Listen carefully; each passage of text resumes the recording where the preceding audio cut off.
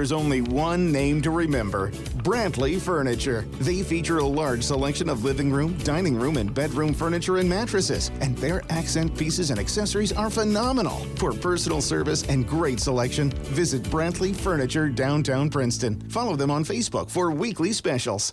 At Kentucky Homes Realty, real estate is their life, and sold is their favorite word. Kelly Mitchell, principal broker and owner, invites you to contact her office if you're looking to buy a home. They've teamed up with Movement Mortgage to provide a way for you to have the home of your dreams. Go to kyhomes247.com and find out exactly how much home you can afford. It takes less than 60 seconds to get the ball rolling. This is Kelly Mitchell with Kentucky Homes Realty. Contact me and let's make this dream of yours a reality. If you're looking for unique and colorful women's clothing and jewelry for all ages, you'll love the Joshua Tree Boutique on the Court Square in Princeton. Rhonda Stone, the owner, loves choosing beautiful, unique, and colorful clothing for her shop. So head on in and see a sneak peek of what's new this year. And while you're there, take advantage of some sale racks. You'll love the savings and the fashions at the Joshua Tree. Be sure to like them on Facebook for updates and photos of fashions at the Joshua Tree Boutique at 110 East Court Square in Princeton. Why is everyone so excited? A deal on tacos. And 2 words, Taco Tuesday. Taco John's of Princeton has added to the already great Taco Tuesdays. In addition to their 89-cent hard shell promotion, they offer 99-cent soft shell tacos. Stop by the location on US 62 West and catch a deal every week on Taco Tuesdays. That's 89-cent hard shells and 99-cent soft shells every Tuesday from open to close at Taco John's in Princeton, home of the true Taco Tuesday. Ole the day at Taco John's.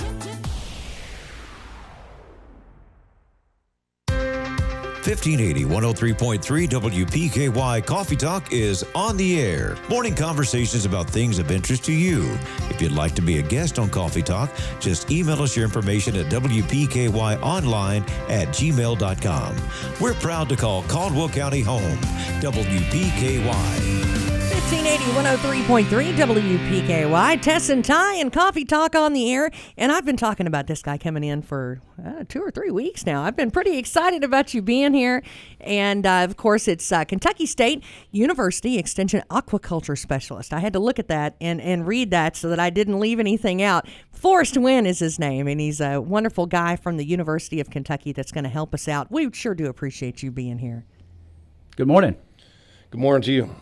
Well, and you know, the one thing I happened to I guess catch Mr. Bogle not too long ago at the right time, because he said that he was up there with you at a convention, right? Yeah, we had an ag agents, the annual state ag agents meeting, get together up in Owensboro this year, a few weeks ago. Okay. Well, I told him, I said, I want to do a show on pond maintenance. He said, well, it just so happens have I got the guy for you. So, I mean, what he says is you're the guy when he gets stumped that he asks the questions of. We basically take a holistic approach to it, from everything from construction to physical maintenance of the structure itself, to water quality, to vegetation management, vascular plants and algae, and also fish stocking. So we try to categorize it into those 4 categories and to get a good balance and get people the results that they would like to have. Well, I'll tell you, we've kind of gathered questions from people and let them, email them in, and people have talked. Well, I had one ask of me at church yesterday, actually, about it. There's a whole list, and of course, we've got one on our farm. So, I mean, it's one of those subjects that come up, and usually the middle of the year, right about now, and it's really good and hot and sticky, and those temperatures are way up. I bet you wish you had a nickel for every time you had heard the word algae. Yeah, filamentous algae and some of the planktonic algae now used to be called blue-greens and now really more accurately cyanobacteria.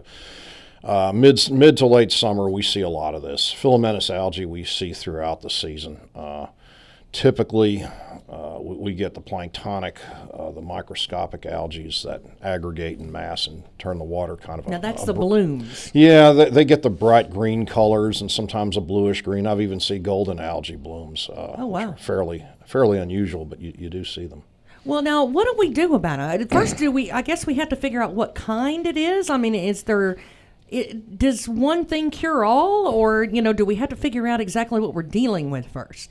Yeah, you pretty much, it's good to know what you're dealing with. Some of this is a lot like your row crops or your garden. Some of these things, kind of like weeds in a garden, are almost inevitable. You can try to balance the scales a little bit and do some things in your favor, but truthfully, algae is really important because it produces oxygen during the day, and our waters get warmer and warmer, they hold less oxygen. So algae gives it by day in the sunlight and then takes it away at night for the most part. So we don't want to get rid of all of it. No, if you get rid of it, then you're really in trouble. So that's when we have a lot of fish kills, is when actually the algae blooms collapse or die for some reason after a heavy rain. Or I think people don't realize, there's photosynthesis going on inside the pond in there. Absolutely. That's how the oxygen gets in there from the plants.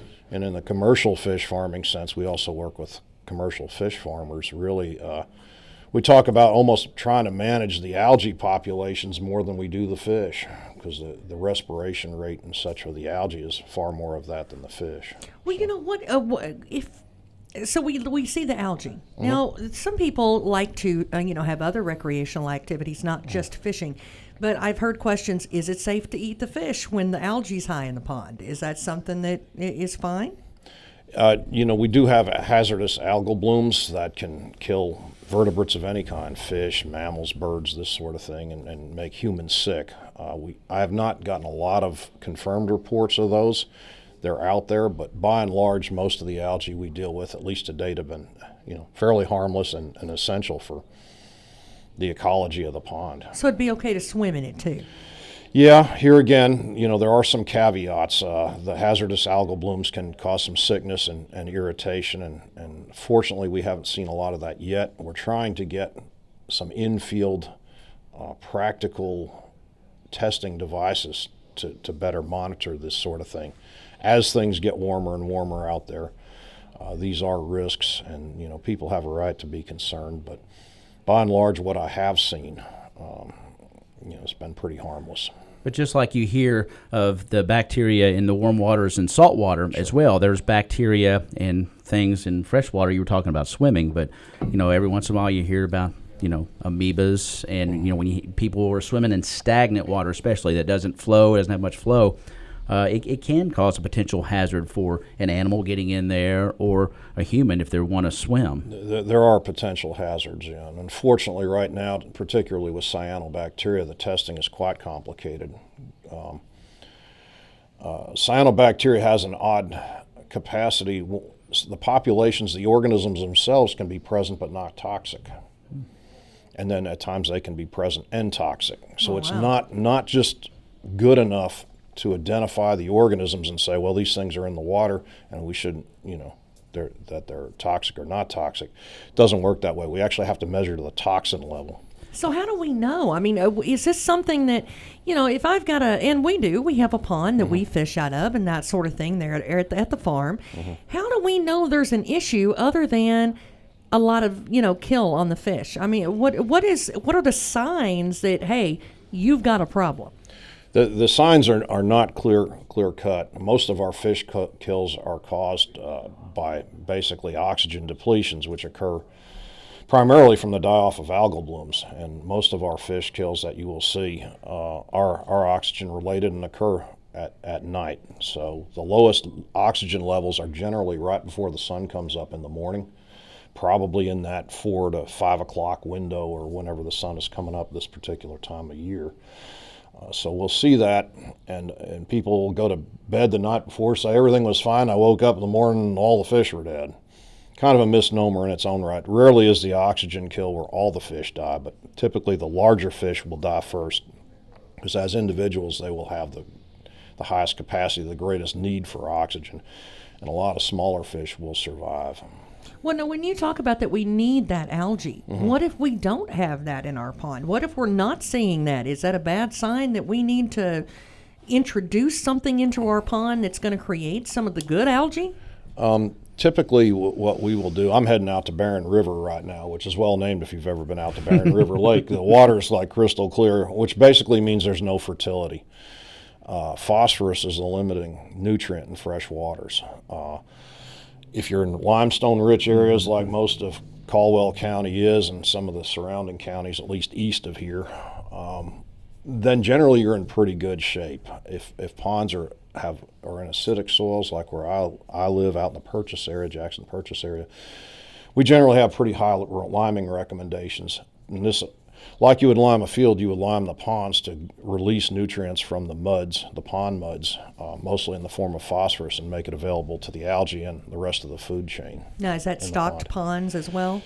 Yeah, this is ponds where you're trying to get good fish production. Okay. I guess if you had a big, deep irrigation pond and fish were not your concern, then that would be less of a priority. But we do make a number of liming recommendations throughout eastern, southern, and western Kentucky. And that's especially true as far as the water transparency is concerned, and then, of course, your turnover in the wintertime and all those things. You need to have that balance of that lime. Yeah, we want to try to get fertility up enough to where we can get some fish production. And I think a lot of people don't realize that usually it's the winter months, I think, where a pond should naturally turn over. It stays in a state of constant mix, that's true. Even in the spring and the fall. Now, this time of year, it does what we call stratifying, and that's where your warm water layers are on the top, and your cooler, almost a lot of times in your deep ponds, anoxic water is on the bottom because it stratifies and it sits there. The cooler the water, generally speaking, the more dense it is, and it layers. And everybody's dove into some water where they hit a cold blast of water 4 or 5 feet down, and that's where most of the sunlight has been filtered out. So the sunlight's is not warming those waters, and you have that cool layer of water. We call that the thermocline. Okay. Well, now, during the winter when it freezes, explain what happens.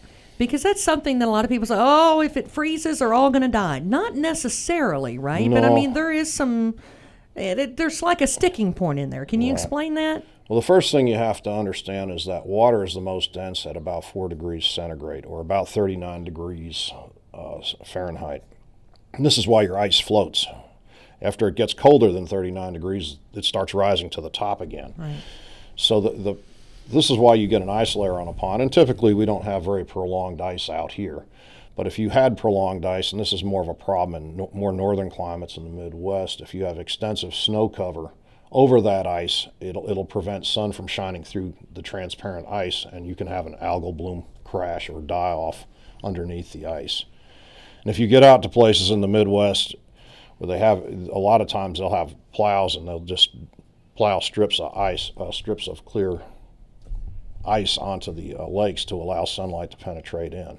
Well, now, what do we do? I mean, if you're me and you're most of the people in our area that have the local ponds, and a lot of people like out at the ridge and that sort of thing toward Cresswell, beautiful lakes and ponds where people actually come in and rent cabins and that sort of thing right here in Caldwell, the watersheds around here.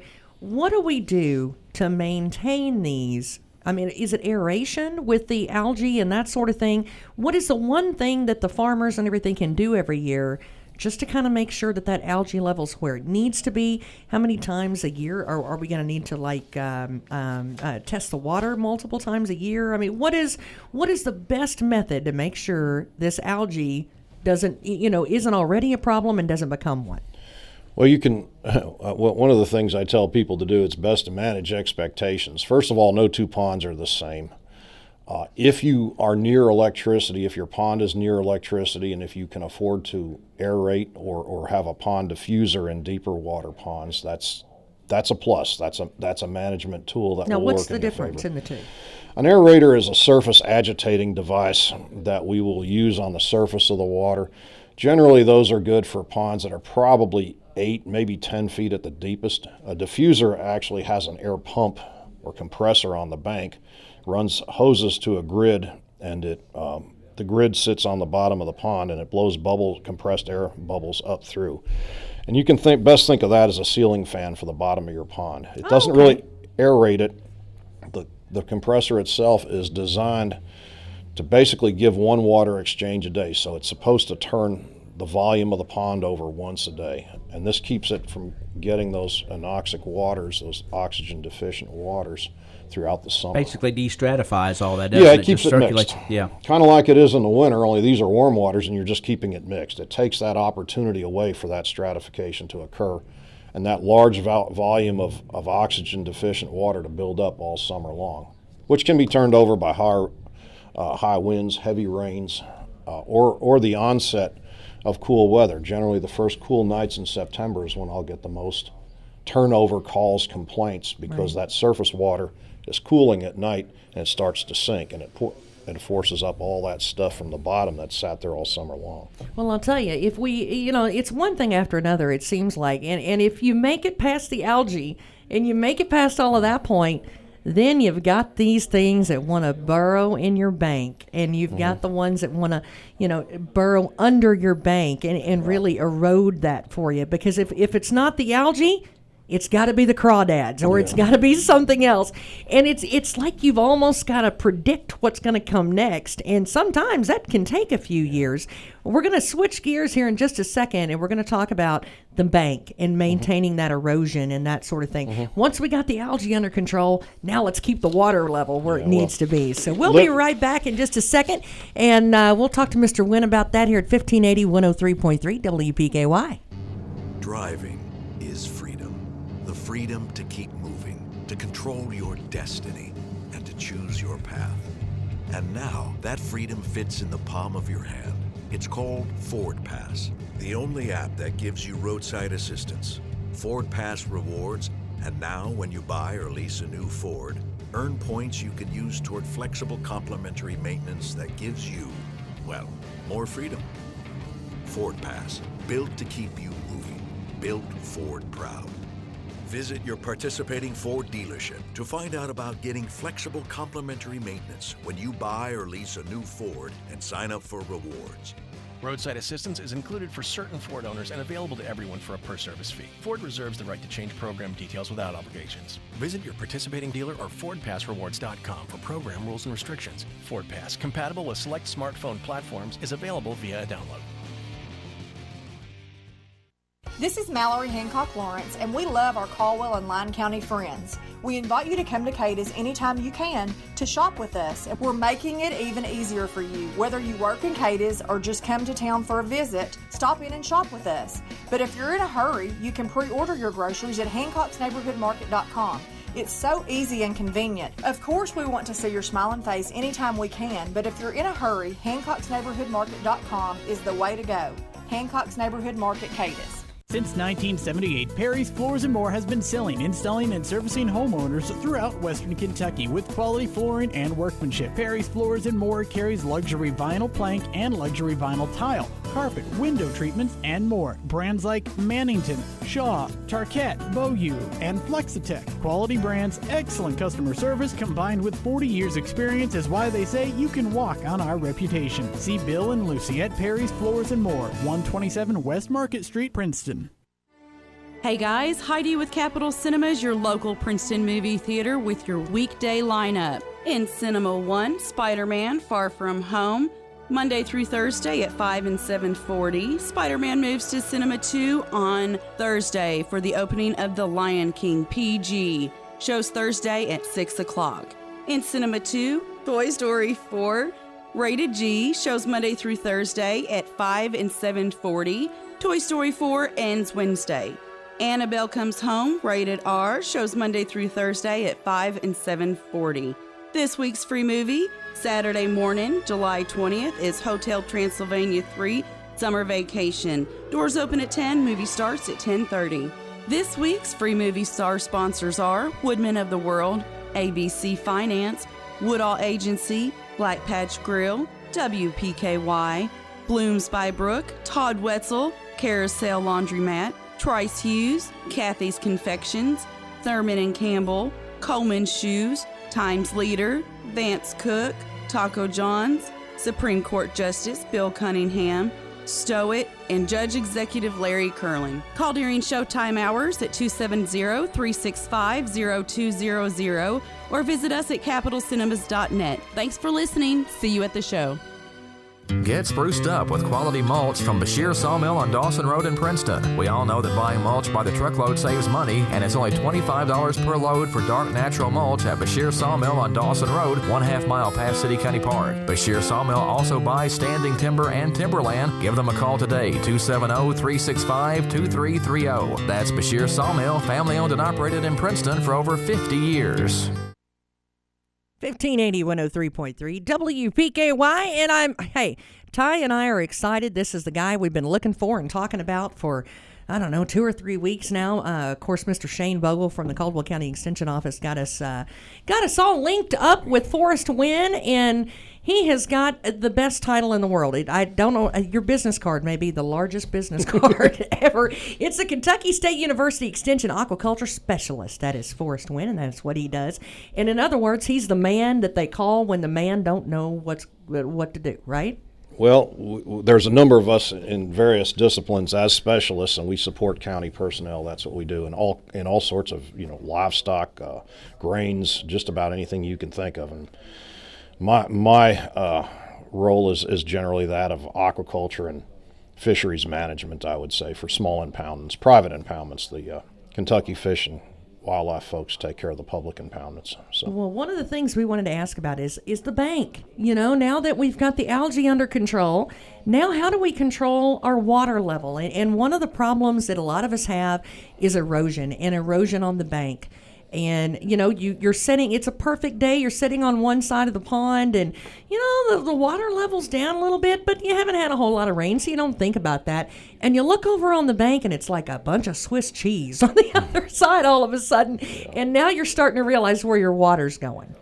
Yeah, one of the, since almost all of our ponds and lakes in Kentucky are human-made, they're all fabricated. Most of them are watershed ponds or runoff ponds where we catch, obviously, runoff from surrounding watershed, and that forms the pond. You just basically dam up a valley or a draw.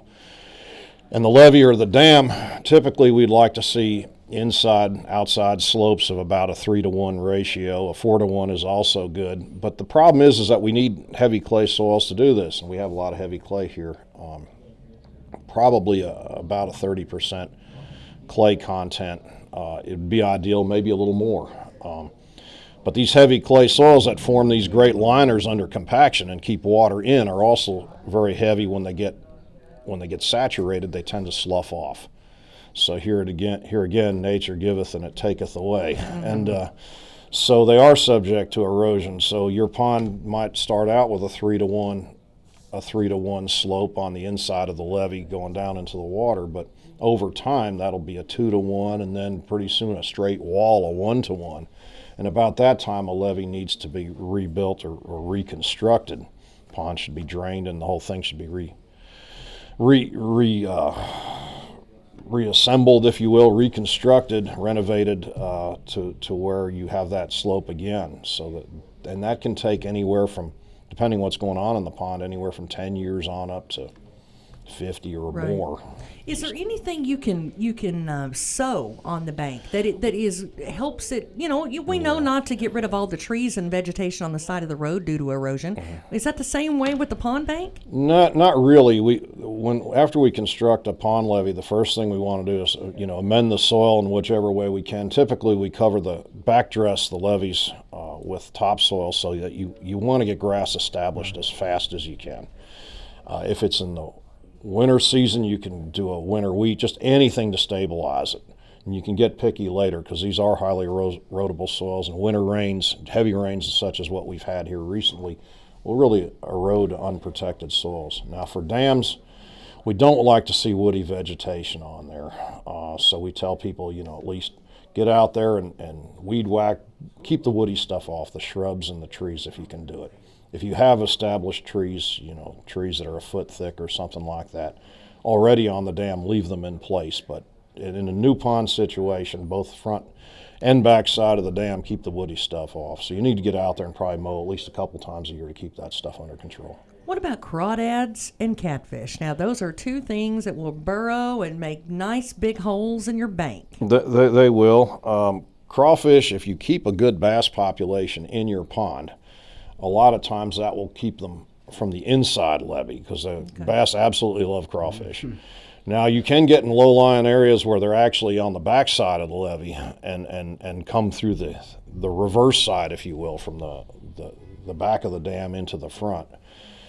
And really just crawfish, again, like 30% clay soil. They need a certain clay content to make their burrows. So if you can gravel or tile or do something to make that wet area less attractive, that's really about the longest term solution to try and get rid of crawfish. It's not an easy problem. There are no pesticides out there that are registered specifically for the use of crawfish. There are some things you can do, but it's pretty much burrow by burrow, and it's not a happy situation. Well, I have tried the trap and get rid of them method, and evidently I'm just not a really good trapper for Speaking of that, it brings a question. We were talking about runoff and the bank size and stuff. How important is it to have your pond protected from agricultural runoff, livestock,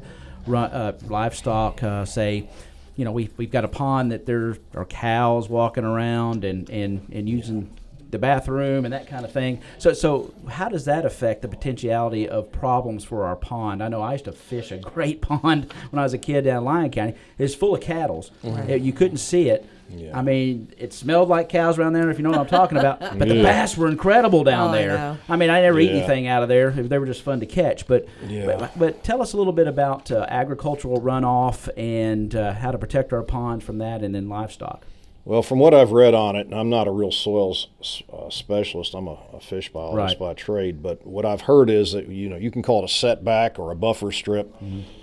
In many cases, if you have a 50, 100-foot buffer strip around the pond from row crops, in theory that the runoff, that phosphorus in particular and some of the nitrogen will be taken up by the soil, the buffer strip, the grasses, to where that you shouldn't have a lot of runoff issues. But if it's real steep land, that may change. Also, you know, anybody in agriculture, UK has them, private firms do soil tests. Make sure you're not putting too much fertilizer on your land, and make sure that the fertilizer applications you're making are appropriate for the crop you're raising and the soils that you have. Well, so they'll come back and tell you how much phosphorus or nitrogen or whatever it is to add. Don't go out there just willy-nilly or say, you know, if a little is good, more is better, because a lot of that will run off into your pond. And then therefore you could potentially have that. If fertilizer's running off in your water, it'll exacerbate the situation. Exactly. Well, and that's scary because some of us have ponds that, you know, neighbor other people, and maybe you don't do any cropping of that sort, but they do. And one of the things that happens is crop dusting. Is that something that, you know, how much of a blowback does that get from neighboring or adjoining fields, really? I mean, is that something that is really that we need to think about maybe covering the pond for the day if we know that somebody's crop dusting, if that's a possibility? Or well, you know, first of all, you would hope that the application would be done under good conditions in which the wind would not blow the chemicals, whatever they are. And I'm not a row crop specialist, so I don't want to speak out of turn. We have about 50 of them down the road here that you can consult on that. So, but anyway, you know, it's a situation where you hope people are acting responsibly. A lot of these pesticides aren't particularly harmful to fish themselves. Now, there is some concern that certain pesticides might get in there and kill your algal bloom, which can then later kill your fish. You know, so there are those types of considerations. And as you mentioned earlier, you might share a waterway with somebody, you know, basically upstream or up in the watershed that might not be such a good player in that. You could be receiving some of that water into your pond. Well, and you never know too, because, you know, even if you're just out there spraying your bank because you don't want the ticks, or, you know, there's the things you might not think about that, you know, that could actually affect the fish. And, you know, that's one thing that my dad and I always talk about is we try to be, although we want to take the kids over there to, you know, around the pond, and part of you wants to do a tick repellent type thing on the ground, you know, just so that the kids don't get covered up. You don't need to be doing that, you know, or do we, or what? We never really know what to do, so we just don't do it.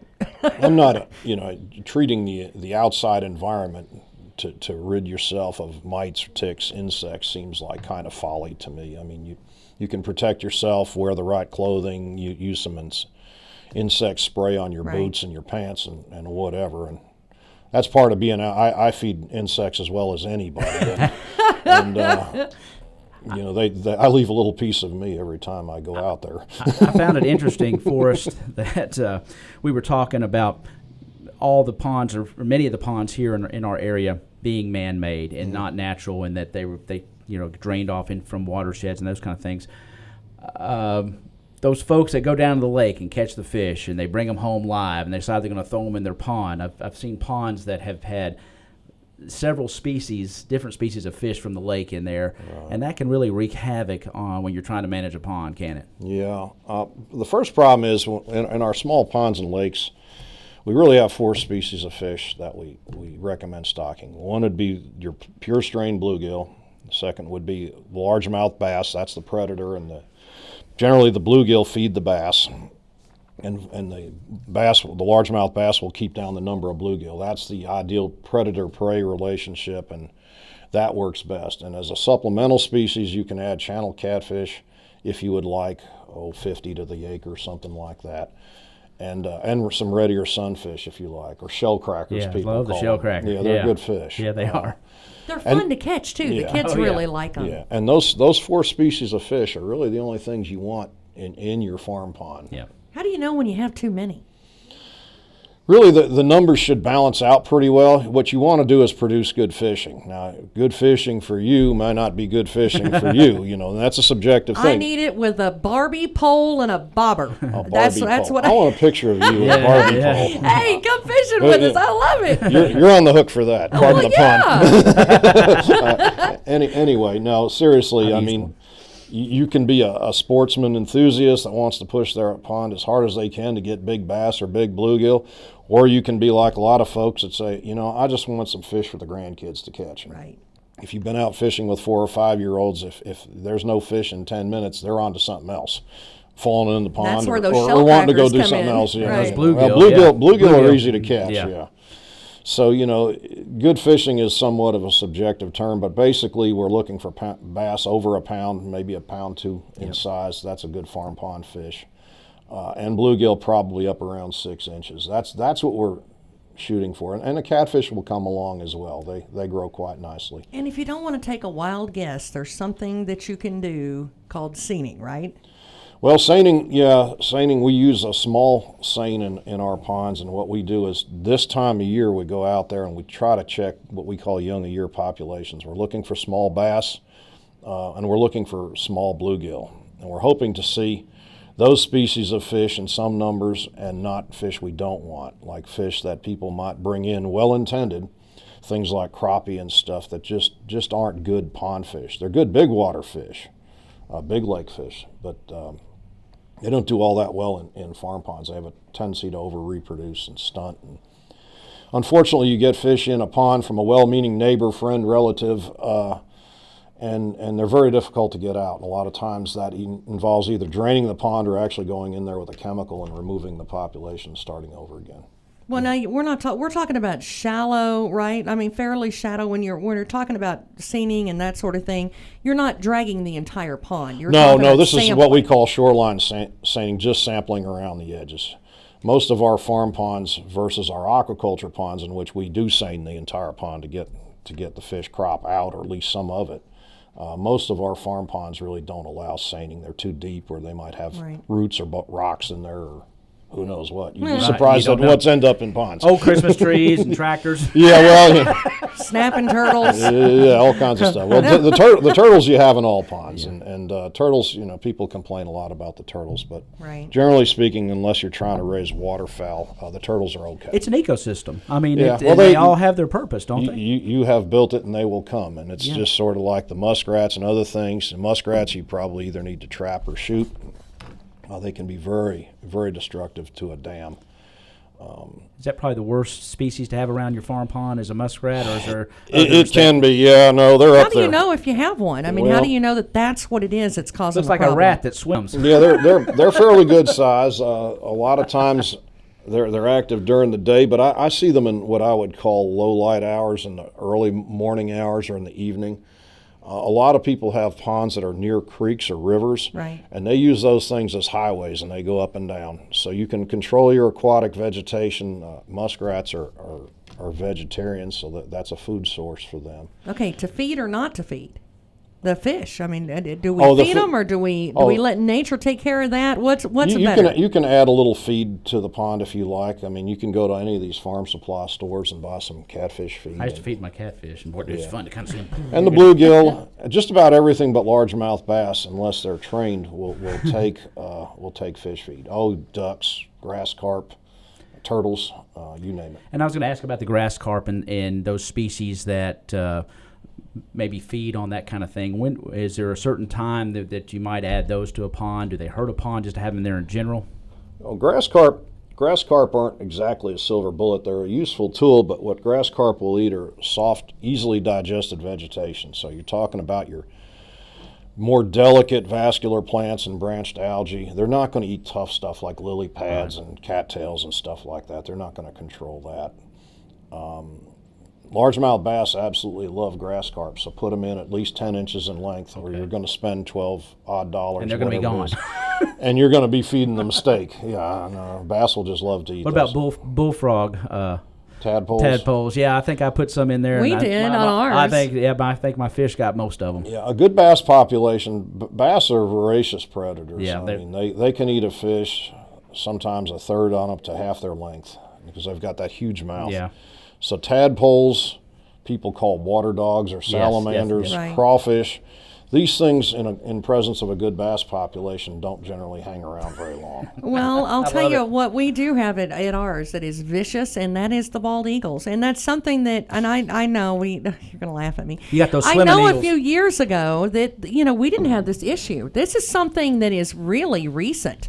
And I don't get me wrong, the first year that they were there, I was just so in awe of them. I think I was like, oh, Dad, look, Daddy, there's another one, Daddy, there's another one. And we do get a kick out of it. But we are finding an awful lot of skeletons and carcasses laying around the pond, and the catfish population in my pond has really gone down. And don't get me wrong, I'm seeing the these are bald eagles and not osprey. Yes, they are, and I guess we've got a couple of families of them that have raised because we're seeing multiples. But you can watch them actually go down. Everybody's going to be sitting in the middle. Stop sitting in the road looking at the pond. Mm-hmm. But they're they dive down and you can watch them grab the fish and there they go with the fish in their mouth. It's beautiful to watch. It's like something off of National Geographic or Wild Kingdom, but my pond suffers from that too. Is there something, you put a scarecrow in your garden, is there something we can do in the pond to kind of deter birds and that sort of thing from doing that?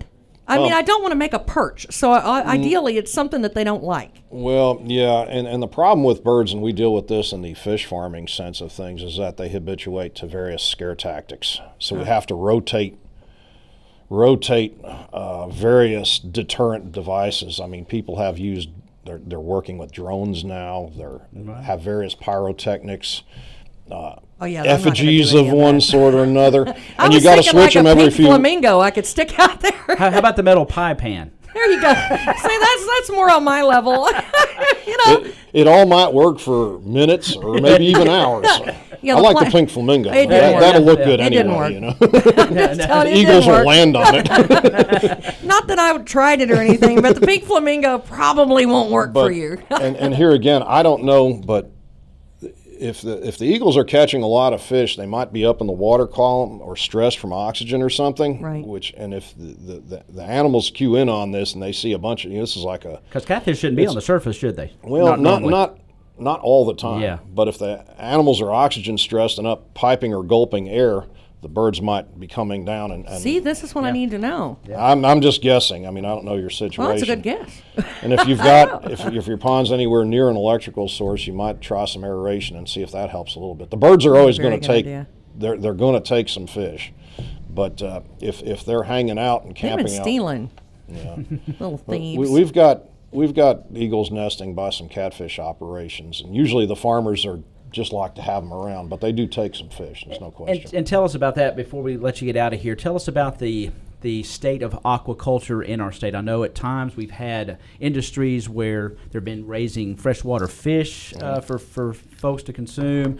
Of course, farm-raised catfish is big now. Tell us a little bit in general about Kentucky aquaculture and some of the things that Kentucky aquaculturists are producing for everybody to eat.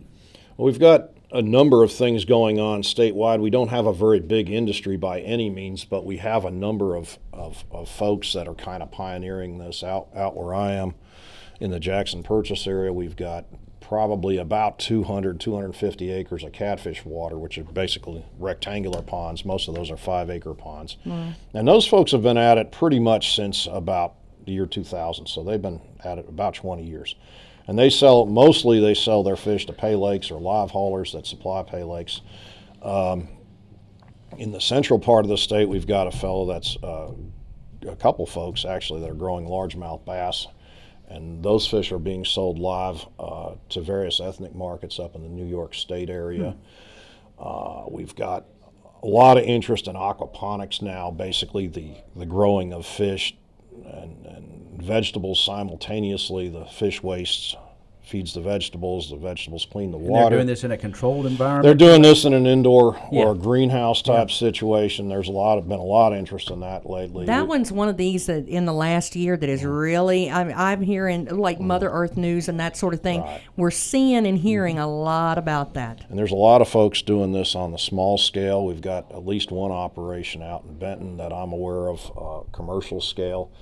Mother Earth knew you would see this. This technology's been around for a very long time, but for whatever reason has just become more attractive to folks here in the last, 10 years or so. Well, anything that they can make smaller, like they can almost do some of that. I've seen them actually try to do it out of the plastic tubs and the storage containers. Yeah, you can do, stuff.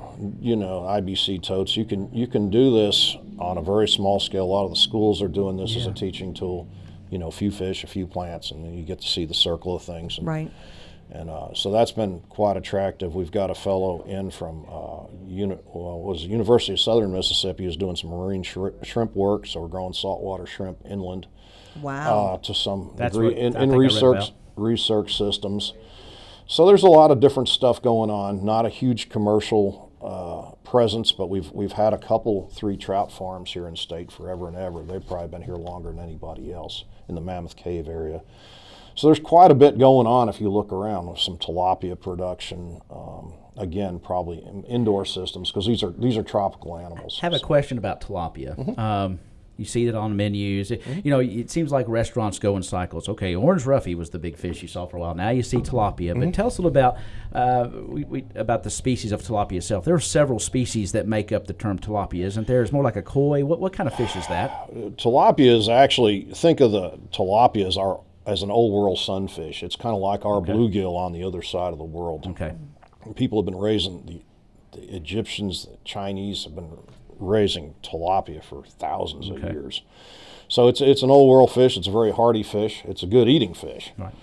Unfortunately, the genetics, we were not so careful with tilapia in the United States. The genetic strains of tilapia are kind of here, there, and everywhere. A lot of what we grow is kind of a mongrel. But there are different, all mixed up in it. There's Nile, there's red, there's all different types of tilapias out there from their native ranges. But by the time they got here, people were kind of crossbreeding them and everything else. Or we're looking for the bigger fish, the food fish. Usually that's a Nilotica or a strain of tilapia.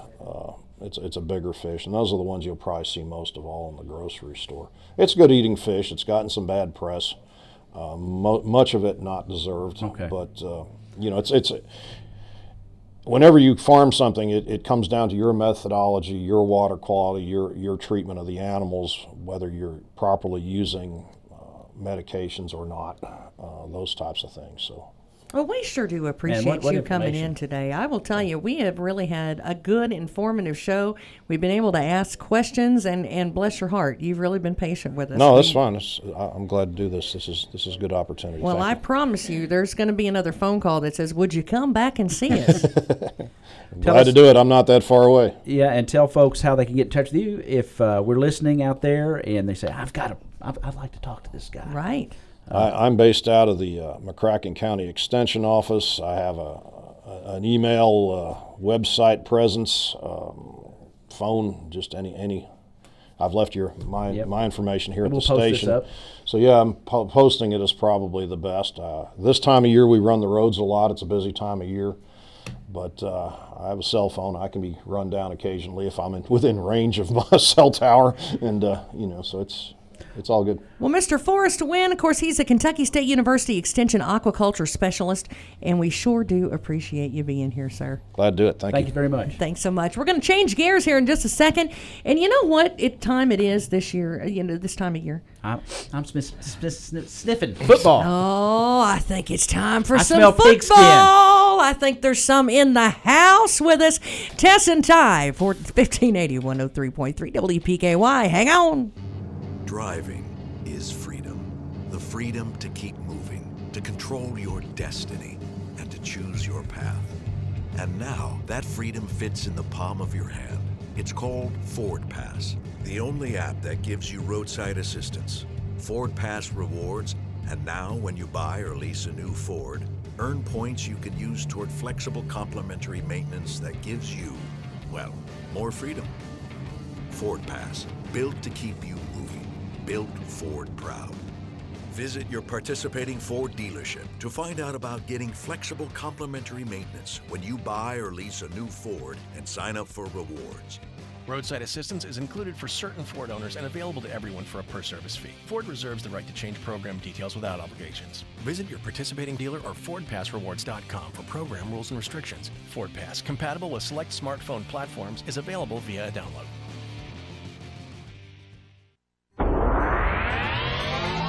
Here's your WPKY Weather Edge Weather Center forecast. Well, scattered showers today. Of course, if it's 40% chance of shattered scours, I'm telling you, evidently that one's getting me today. Scattered showers, that's what it is.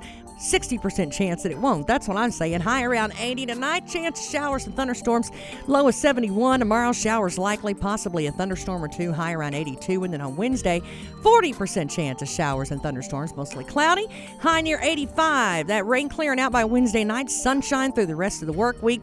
Highs in the lower 90s. Stick around. It's 73. 1580 103.3 WPKY. Your WPKY Weather Edge Weather Center forecast is brought to you by Herb Hayes Furniture. Happy Birth Month, America, from Penny Ryle Electric. Our freedoms and inalienable rights are worth celebrating all month long, don't you think? As we spend time with family and friends building memories this summer, let us remember those who built the foundation for what we know is the greatest country in the world. We have so much to be thankful for. And at Penny Ryle Electric, we're thankful for our members and member communities. Penny Ryle Electric, your touchstone energy cooperative. Been in the hospital but aren't quite ready to go home? Caldwell Medical Center's Swing Bed program is the perfect step for patients in a transitional stage of care. Their extended care solution allows you to continue receiving skilled nursing care, meals, and medication management with the added convenience of being close to home and the peace of mind that comes from a full-service hospital. To learn more about their Swing Bed program, visit caldwellmedical.com. 1580 103.3 WPKY. And of course, it's coffee talk time. And guess what, Ty? You're excited. Oh, I'm so excited. We went and we picked out new cleats. Oh, good. You know what that means? Yeah. That's one step closer. And then we went. I've been there, but I don't have to be there anymore. Mine's done. Mine's retired. I can't tell you how much. Then we went out and we bought new gloves because we got to have cleats and we got to have gloves. Mm-hmm. And we're getting new socks because, he outgrew everything he owns, and Sasquatch can't fit his socks anymore. But that's a good problem to have. You know why? It's the life of a mom of a 12-year-old because they're football player. Every week their feet change. Coach K's in with us, and he's got a nice tan. I wonder where he got that from. Good morning. I don't know. I picked it up over the last week, I guess. We were thinking about having a pickup game maybe on the beach somewhere. Yeah, I think that's what I text you. You know, that's exactly how many would be excited about going over there and playing a game? Hey, I literally told him, I said, I'm going to grab his helmet. We'll be there and we'll hit the road in an hour. I don't know what we're going to do when we hit the ocean, but we'll swim or we'll do something. There you go. That sounds great. Hey, in the studio today, Kason Littlejohn's with us. Hi. How are you? Everybody knows Kason. Oh yeah. Everybody, and if they don't, you will. I promise you. And it's my son's in here too, Mr. Defense over there. He's in here too, CJ, but he's running off. I keep saying that him and Kason are the yin and the yang. One's quiet, and one is just not. Yeah, and you can guess which one that is. Yeah. So what do you got in store for us this year? I mean, Well, how's our offense and defense and everything looking? Well, that's a good question. Right now, we're still in the final stages of our dead period, and I know the high school has already started. We start tomorrow, and I was telling Casey and CJ a while ago in the foyer there while we were waiting, and I said, I hope you're excited. I mean, it's one of those times, Ty, that I need the little break before the season starts, and that's what I was fortunate to get this past week, and so we're excited about this year's football team. I was looking at our rosters this morning to see how many kids were coming back, that had been working with us all summer long, and we've got anywhere from 40 to 44 kids in 2 grades, and so hopefully tomorrow when we have our first day of practice that we get that many. And, we always put out there, I think it may have been put it in the paper, I think I put it in a couple of weeks ago, anybody that wants to come out and be a part of the middle school football program, first thing you got to be enrolled in our school. That's the first thing. And then you got to have a sports physical. And those two things have to go together. And so hopefully tomorrow, if you haven't got a sports physical and you are enrolled in school, I need a copy of that before you can participate in any sports. So this is a plug for that. Those listen to the radio station, and hopefully in the newspaper they saw that as well. So, we are excited. These 2 young men I've got with me today, they're our next year's 7th graders, and we've got a good class of 8th graders that are coming in, and we challenge our kids. People say, what kind of team are you going to have? Well, as a coach would say this, we're not sure. Well, we're not sure because of the talent we have in our 8th grade class is pretty good. And so injury-free for the season, we expect good things to happen in our program. So we'll wait and see how it starts. But I was telling CJ and them a while ago, we start August the 8th. Wow. Yeah, I mean, it's going to be here before you know it. Before you know it, Ty, and it's going to be here. And the protocol is, and football is, you got to have so many practices before you're eligible to play in your first game. And so I'll tell the kids this tomorrow, and hopefully some of the parents will hear this as well, is that you got to have those days put in before you can step on the field. And if they want to come 2 or 3 days, miss 2 or 3 days, that doesn't work because I do a check-off every day they're here just to cover our bases, from the coach's standpoint. And if the school system asks me, so well, did this kid have so many days put in? Well, we want to be fair to everybody. We don't want to, regardless of who the kid is, good, bad, or whatever. So, yeah, it's going to be an interesting season for sure. I was joking about the equipment a while ago, but what equipment do they need when they first start? Maybe this is a kid that's just now coming into middle school, just now coming into this kind of thing. Does the equipment change? Is there something else they need? What do they need to do? Absolutely nothing.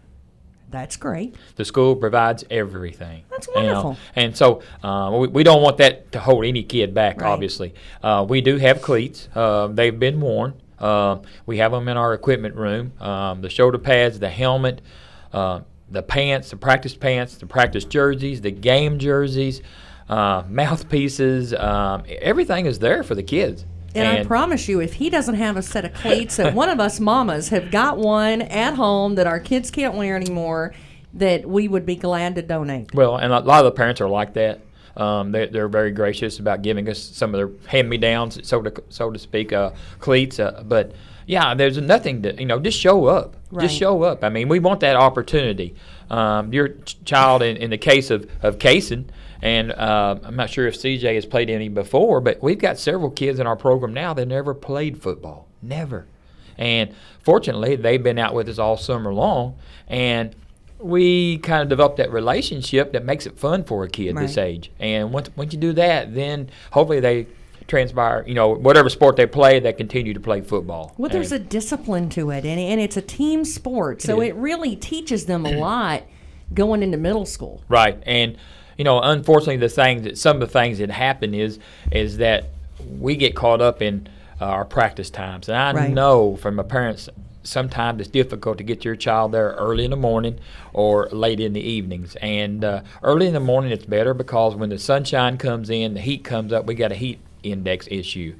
And, and so we got to, eliminate and try to practice in the mornings, and then gets it over with during the day, then the kids can be a kid then. So. Well, now, what are we doing here? Is defense and offense gonna swap it up? Or are they gonna play both? What are they gonna do? What are you planning on? That's up to the kid. I mean, right now we don't. this is an encouragement in the middle school program to let them play high school football. I know in the high school program they're set. You know, they got a group of offensive players, and Ty had a son that did that as well, or defense. I mean, you know, in middle school we try to. Sometimes it's hard to do that. I mean, that's 22 kids, and so we try to eliminate that as much as we possibly can to where every child gets a chance to be on the field. Now, you know, sometimes it doesn't work in middle school. Sometimes our factors, the coaches, look at is safety. I mean, there's some kids that may not be able to play this sport in a way that their mom and dad wants them to play, Right. and we have to adhere to that. We don't want, obviously, we don't want injuries on the field, and so we're trying to really look at that hard.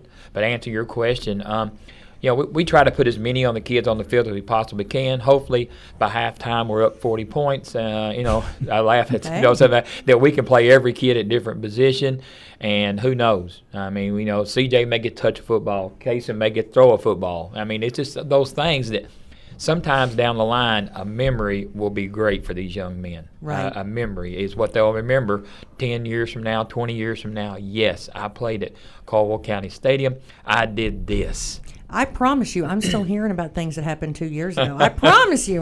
That's something that stays with them, though. And, I mean, they really appreciate their coaches, too. So who all do we have on the sidelines helping these kids this year? Coach Stevens, John H. Stevens, I think this is his third year with the middle school program. And then we got all new ones this year. Unfortunately, two of the coaches we've had excuse me, are not coming back this year simply by the fact that they're moving on. Jobs probably take them. We're all no teachers in the high school. None of us teach in high school, so we all have jobs. But John H. Stevens is one of them. And then we have Brandon Sigler, which I think Brandon came in the other day. He did. Good asset to the program, Now, along with what all do of they them. do? Do they do everything? Or? John H. Stevens will be calling the defense this year. John H. is really an offensive-minded guy, but we made him our defensive coordinator this year. And so Brandon will be that guy that floats around helping whatever we needed. And then, of course, Andy Davis. Andy Davis is a big Husky guy, played football at Caldwell County. In fact, all these guys did, except the one I'm going to mention here in a minute. Andy played the offensive line, and we need a coach to coach the linemen. And that's not my thing. I'm just not. So, and then the last one, of course, is Torrey Hammond. Torrey, and all these guys, especially Brandon, Andy, and Torrey, had asked me at the end of the season last year, knew we had some coaches stepping down, and they just volunteered to help us. And so we're always looking, obviously, to get young people in our community to help with these younger men. And Right. so, but those are the 5 coaches that a lot of the people will see on the sidelines. Torrey will be taking care of the special teams. Brandon will be one of those offset coaches that can do anything. And then, of course, John H. would be the defensive coordinator. And then Andy would take care of all the linemen. How many years for you now, Steve? Come on, throw it out there. And this is, you know, I was very fortunate when I graduated from high school to get involved in our youth program. Mm-hmm.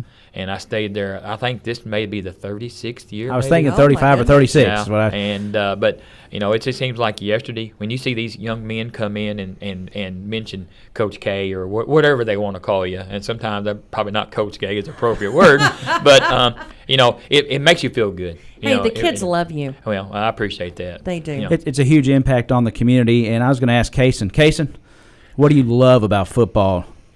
I love about football is that we can practice well and we can run and have fun and just play the sport and we can make new friends and yeah. That's awesome.